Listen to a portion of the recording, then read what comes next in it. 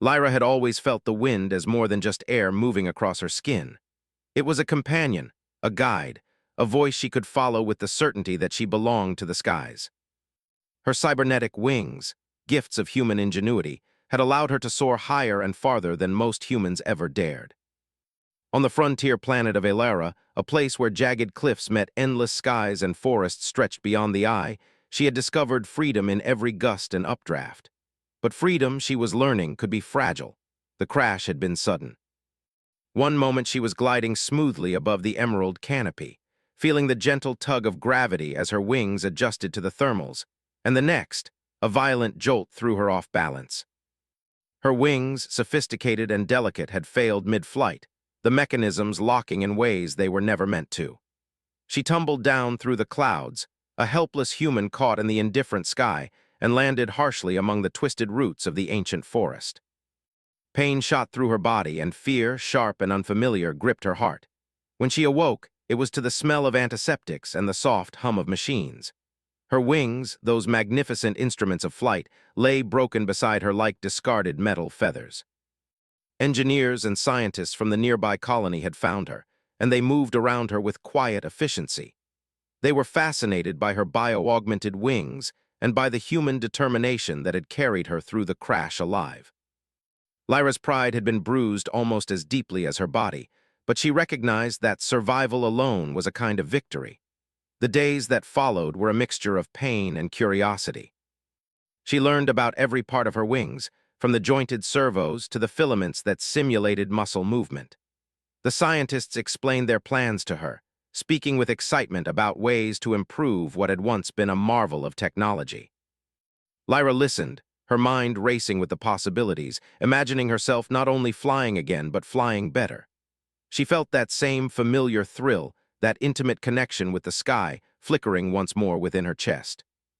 At first, she doubted whether she could trust her own body again. Each movement, each attempt to test the limited motion of her wings, was accompanied by a sharp reminder of what she had lost. The engineers, patient and encouraging, taught her to see beyond the failure, to understand that her wings were not just machinery but an extension of herself. Slowly, piece by piece, they rebuilt the mechanisms, refining them with precision. Lyra marveled at their ingenuity, the human ability to repair and improve, to take something broken and make it stronger. When the day came for her to try again, she stood at the edge of the cliff, the wind tugging at her hair and the valley below yawning wide and inviting. Her repaired wings felt different, stronger, lighter, more responsive than ever. As she leapt into the air, her fear was replaced by awe. She rose higher than she had in months, twisting and turning, dipping and gliding, mastering every curve of the wind. The feeling was intoxicating. The sky was hers once more, yet amid the joy, a strange sensation tugged at her. She did not feel the urge to return to the colony, to the structured life of human settlements. Instead, she felt the pull of the wild. The forests, mountains, and rivers below called to her in a language she had never heard but instinctively understood. It was as if the planet itself was inviting her to explore, to understand, to become part of something larger. For the first time, Lyra realized that her flight was not just about returning to the sky. It was about discovering where she truly belonged. Days turned into weeks as Lyra ventured further from the colony, her repaired wings carrying her over landscapes untouched by human hands. She observed creatures of all sizes, delicate and resilient, moving through their habitats with an elegance that rivaled her own flight. She traced the courses of rivers, followed the paths of migrating birds, and studied the shapes of clouds as they formed over jagged cliffs. Every flight was a lesson, every landing a discovery. Her wings were not just a tool, they were a bridge to understanding the world in ways no human on Elara had yet imagined. The engineers monitored her from the colony, sending messages through devices she sometimes chose to respond to. They offered advice, cautioned her about risks, and invited her back to share her knowledge. But Lyra found herself reluctant to return. She had tasted a freedom that the colony could not offer. The sky was vast, limitless, and alive in a way the structured life of humans could not match. She realized that, for the first time, she was not flying to escape but flying to belong. At night, when she rested on high cliffs or in the hollows of giant trees, she would look at the stars. Elara's twin moons cast silver light across the land, and the constellations seemed closer than they had ever appeared from human cities. She felt small, but in that smallness she felt connected to something greater. The planet, the sky, the forests and rivers, all of it seemed alive, and her wings allowed her to navigate it in ways that no one else could. She was part of a web that spanned sky and land, life and air, and she was determined to understand it fully. The colony tried to intervene, sending patrols to guide her back. Lyra, however, had learned patience and caution in the air. She avoided unnecessary contact, not out of defiance, but because she understood that true understanding could not be rushed. She flew silently, gliding over mountains and valleys, observing without disturbing. Occasionally, she would return to the edges of human settlements, leaving traces of her presence.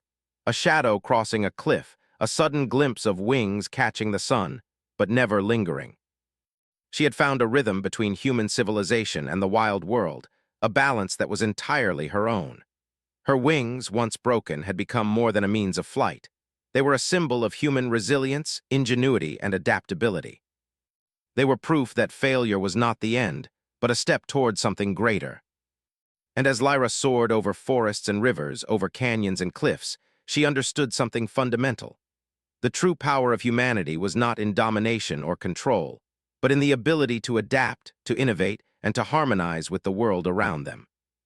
She had been given the gift of flight, and with it, the responsibility to explore, to learn, and to become more than she had ever imagined. Lyra's adventures were just beginning. Each day brought new discoveries, new challenges, and new lessons.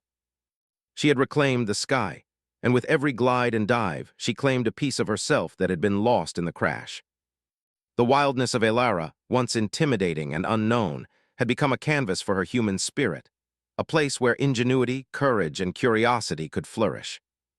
She had fixed her wings, yes, but in doing so, she had also fixed something deeper within herself, the unshakable drive to rise, to explore, and to belong. And as the sun set behind the distant mountains, casting long shadows over the valley, Lyra took one final leap for the day. Her wings caught the light, shimmering like polished metal kissed by fire, and she ascended into the sky with a grace that was both human and extraordinary. The wind sang around her, the planet stretched below her, and for the first time in her life she did not fear the fall. She had fallen once and had been broken, but she had risen higher than ever before. And now she would never stop flying. Lyra had flown over Elara's forests and cliffs for weeks now. Each day she discovered something new, a hidden waterfall cascading into a crystal-clear lake, a grove of trees with leaves that shimmered like glass, and creatures that seemed almost magical in their movements. She felt alive in a way she had never felt within the structured walls of the colony. The air smelled different here, fresh, untamed, and full of life. Her wings, repaired and strengthened, carried her with effortless grace, and she knew that she would never take them for granted again. The colony had sent messages, reminders of duties, schedules, and invitations to return.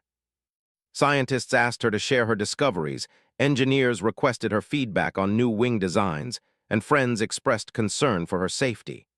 Lyra read each message with careful thought. She wanted to answer them, to reassure them, but she could not. The world beyond the colony's borders called to her, stronger than any obligation. She had tasted true freedom, and returning meant leaving behind the sky she now loved more than anything else. Her days were full of exploration.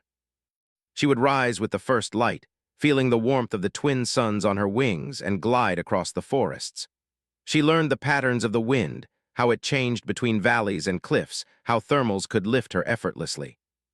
She discovered hidden paths along mountains where no human had walked, and watched birds of bright colors wheel and dance in the air with perfect coordination. Sometimes she would follow them, studying their movements, learning from their instincts. Other times she would soar high above the clouds, feeling the planet's curves stretch endlessly below her. One afternoon she noticed something unusual. A flock of small, feathered creatures had gathered near a riverbank, chirping and flapping as if signaling danger. Lyra approached cautiously, gliding silently, and saw a minor landslide had trapped several of the creatures. Her wings gave her speed and agility, allowing her to navigate the unstable rocks safely. She lifted the creatures one by one, carrying them to safety on a nearby cliff. Watching them reunite with their flock, she felt a deep satisfaction, not from accomplishment or praise, but from helping another life. It was in these moments that Lyra realized the true potential of her wings. They were more than a tool for freedom. They were a bridge between herself and the world, a way to understand life beyond human limits. She began to map the forests, the rivers, and the cliffs in her mind. She remembered lessons from the colony about geography and biology, but she combined them with her own observations. No machine could replicate the perspective she gained from gliding above the land, seeing patterns and connections invisible from below. One evening, as the sun set in brilliant streaks of gold and crimson, Lyra perched atop a jagged cliff. The wind tugged gently at her wings, whispering through the metallic feathers, and she felt a deep sense of belonging. Ilara was not just a place to explore, it was a partner in her journey. She understood that the planet had its own rhythms, its own secrets, and her wings allowed her to participate in them. She could see how the forests grew, how rivers carved their paths, and how the creatures moved in harmony with one another. It was beautiful, alive, and full of lessons. Despite her joy, the colony continued to reach out. One day, a small drone appeared, hovering near her cliff. A recorded message from the lead scientist played, asking her to return. They explained that her discoveries were important, that her insights could help humanity survive and thrive on Ilara. Lyra listened carefully. She understood their point. They were not trying to control her, but they did not see what she now saw. The wildness of Ilara, the life thriving beyond human structures, was something they could not experience from their labs. She wanted to explain, but the drone could not understand her perspective. She sighed, letting it drift away unanswered. Lyra's routine became more deliberate. She would fly farther each day, testing the limits of her wings and the landscapes below.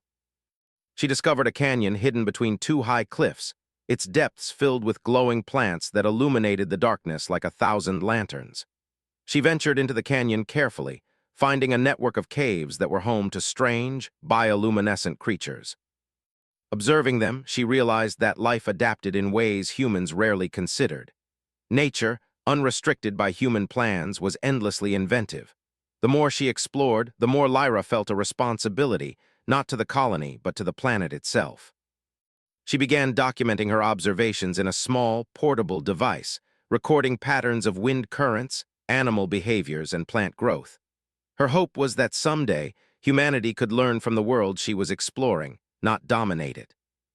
She imagined a future where humans could coexist with untamed worlds, learning humility and ingenuity from them. This idea gave her wings even more meaning.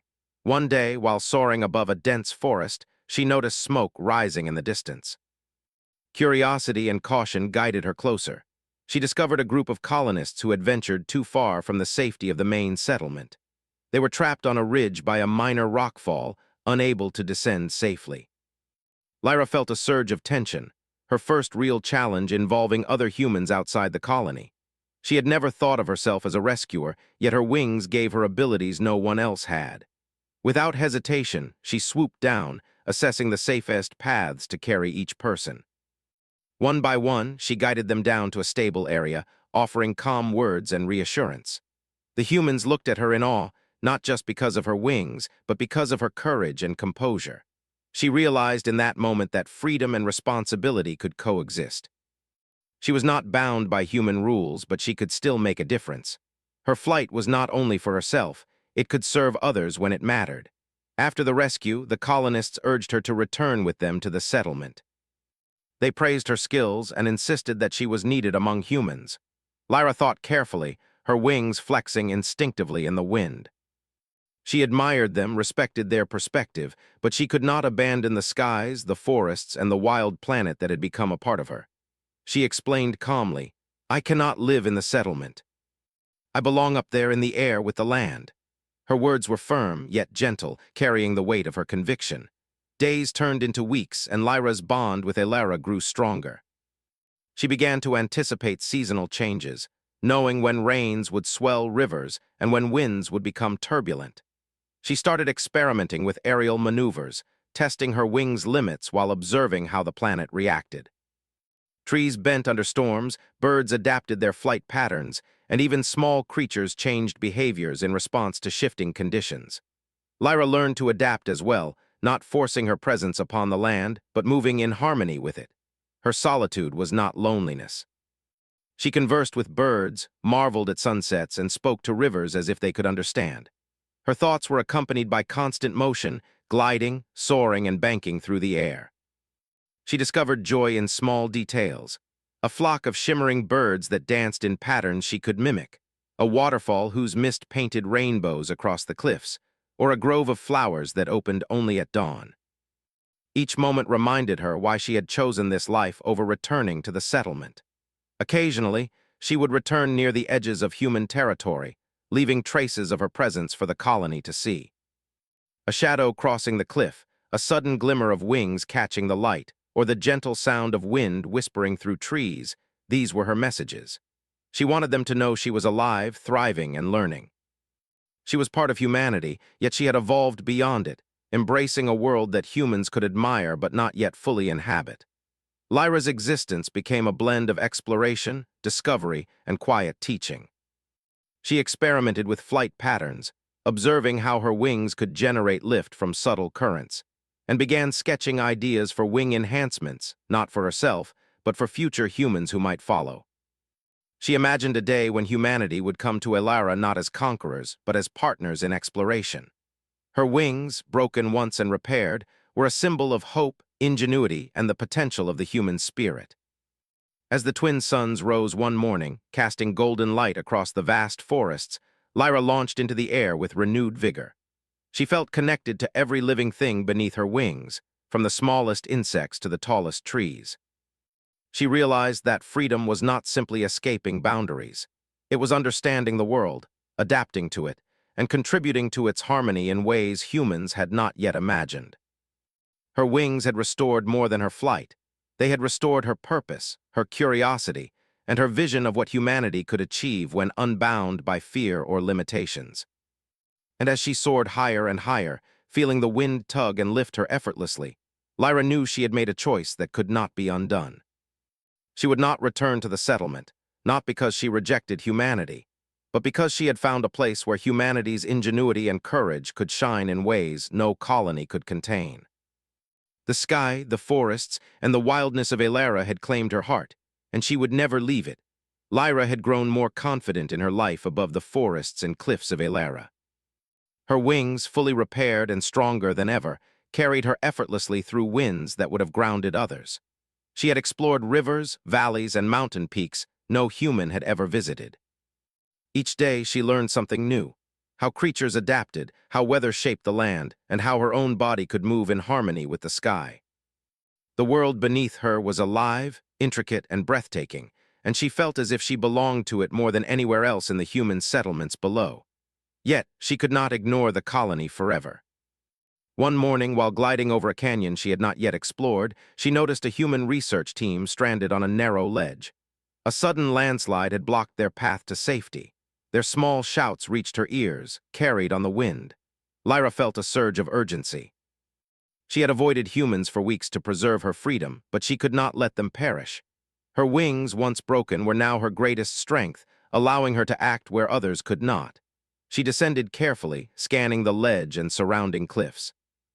One wrong move could endanger her or them, but her years of practice, observation, and experimentation had prepared her for this.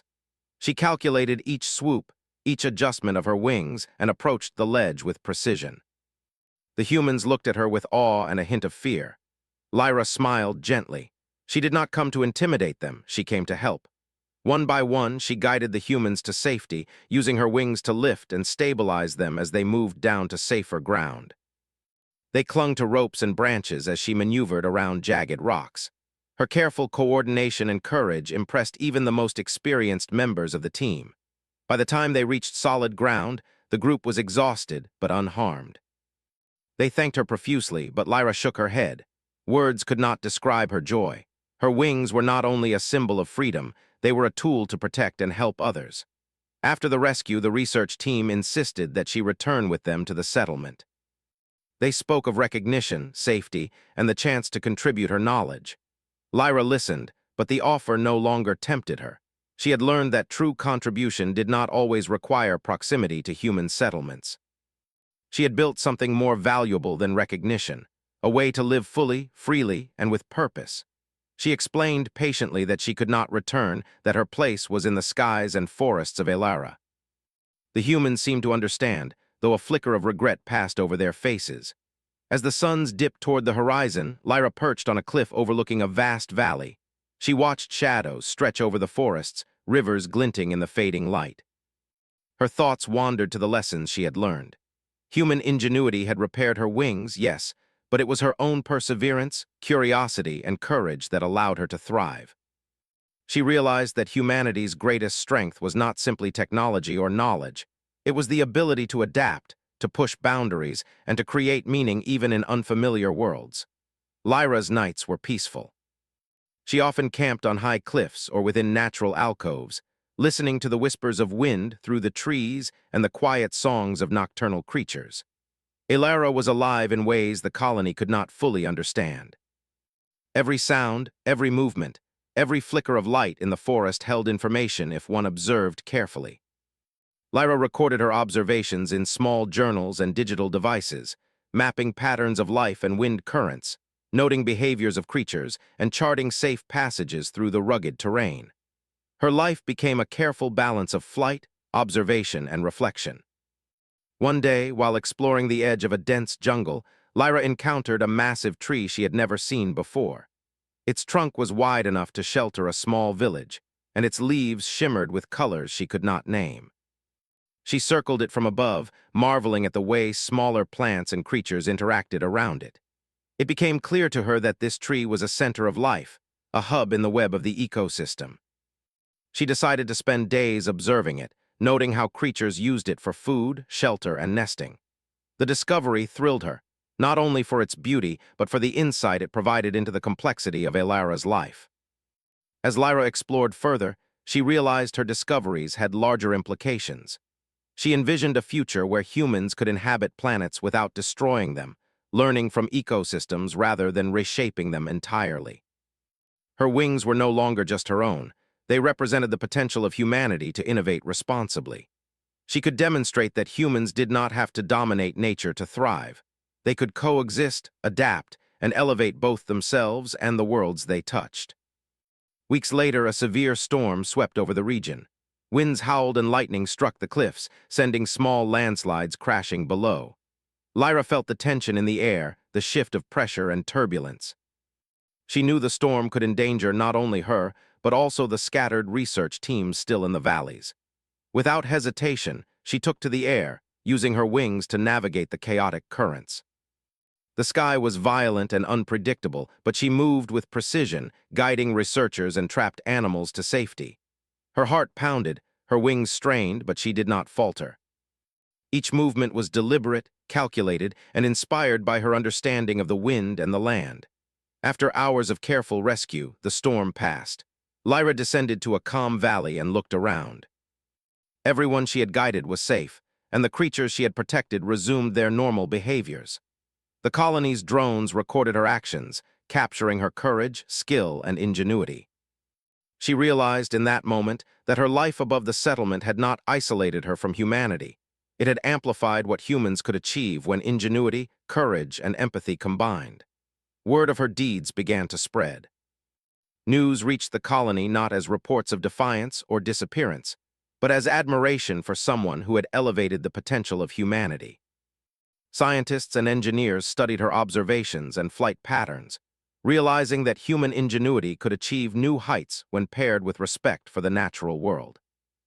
Lyra had become more than a skilled flyer. She was a symbol of what humans could become when they embraced freedom, responsibility, and the drive to explore. Lyra continued her exploration, now with a greater purpose. She shared her observations indirectly, leaving notes and data in places the colony's researchers could find safely. She mapped migratory paths, recorded wind patterns, and documented plant growth cycles. Each discovery added to humanity's understanding of Elara without disrupting the planet's balance. She was no longer merely a wanderer or adventurer. She had become a bridge between human ingenuity and the wild, untamed world. One quiet evening, as the twin moons reflected off the calm waters of a hidden lake, Lyra perched on a cliff and looked across the horizon. The sky was a gradient of silver and blue, and the forests below whispered with life. She realized how far she had come, from the broken, grounded human who feared falling, to someone who flew above storms and cliffs, protecting life and discovering truths the colony could not see. Her wings were more than repaired. They were a testament to human resilience, courage, and creativity. Lyra's connection to Elara had deepened. She understood the rhythms of the planet, the subtle cues that indicated weather changes, animal behavior, and growth patterns. She had become attuned to the land, almost as if it communicated with her directly. In return, she shared her understanding with humanity in ways that were subtle, yet profound. Her observations offered lessons that machines alone could never provide. They were lessons of empathy, innovation, and adaptation, qualities uniquely human. Her days flowed in a balance of freedom and responsibility. She flew higher, explored deeper, and documented more than ever. Her heart felt full, her mind sharp, and her spirit unbound. The colony had once feared she was lost, but she had become a living example of what humans could achieve when allowed to explore, innovate, and thrive beyond conventional boundaries. She had refused to leave, yet she had never abandoned humanity. As the suns rose one final time in Part 3, Lyra launched into the air with joy and purpose.